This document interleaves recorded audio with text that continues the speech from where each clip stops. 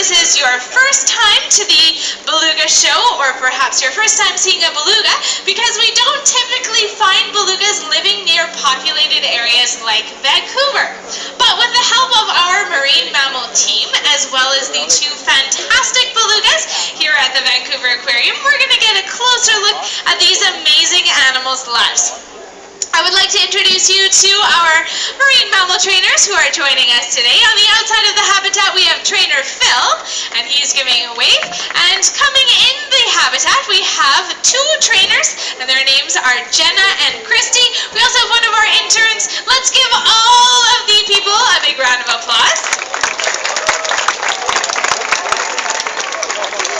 And I would also like to introduce you to the whales as well.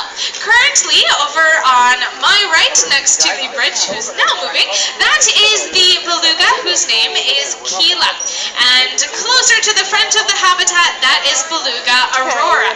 Aurora arrived at the Vancouver Aquarium in 1990, and in 1995, she became the very first beluga to conceive and give birth in a Canadian aquarium.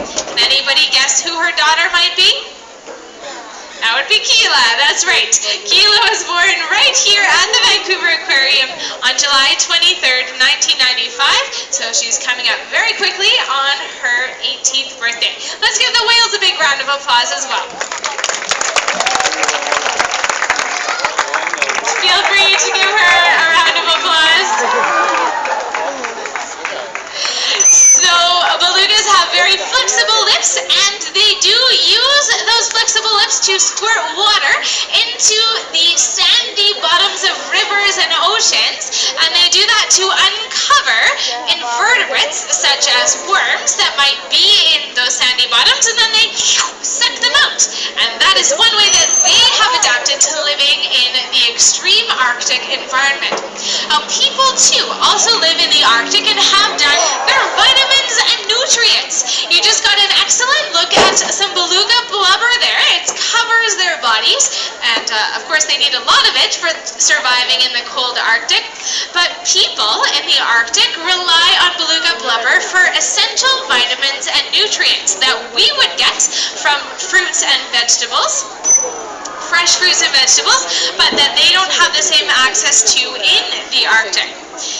Quite an interesting connection there between people and belugas in the Arctic. Now, clearly, both people and belugas have adapted to, as the worms I was referring to earlier, and snails and other invertebrates that are sometimes eaten by belugas and also are eaten by the fish that are in turn eaten by belugas. And belugas need a lot of fish and a lot of food in order to survive in that environment. So any loss of sea ice means a loss to the food chain and an impact to both people and belugas in the Arctic. We've been chatting a lot about the challenges that beluga Aurora is demonstrating over there. Some gentle swimming behaviors and perhaps their backs, as Keela is also demonstrating here.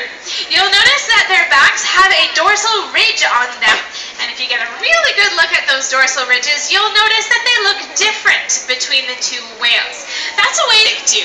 That comes because they live near some of Canada's most populated areas.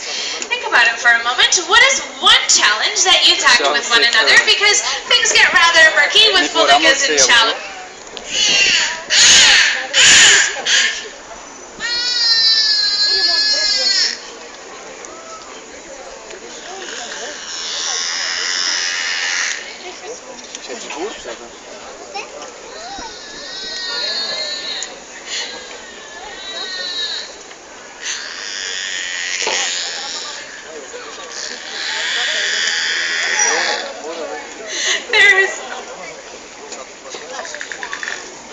There are some really great examples of some different beluga vocalizations. Those vocalizations have been the focus of some research here at the aquarium that has gone to show just how important these shallow rivers and estuaries are for belugas, because it is consider starting a composting initiative at your workplace, or perhaps even biking to work every day of the week, or maybe buying more local products because that's going to ensure that less greenhouse gases are entering the atmosphere and will hopefully slow those changes that we're noticing at the poles. But if you leave with nothing else today, we do hope that you leave with the sense that our lives and the lives of belugas are intimately connected. On behalf of the trainers, the belugas, and myself, Madeline, we'd like to thank you for coming and would like to wish you a great rest of your day here at the Vancouver Aquarium. Thank you once again for joining us for the Beluga Show this afternoon, everybody. Please continue to remain behind the white dots until the trainers have exited this area, at which point you're welcome to come up closer to the glass and take a better look at the belugas. Please, at that point, do keep all of your personal belongings securely fastened on this side of the glass to ensure that nothing falls into the habitat this evening. How'd you get on? That's good, yeah. Battle by a beluga.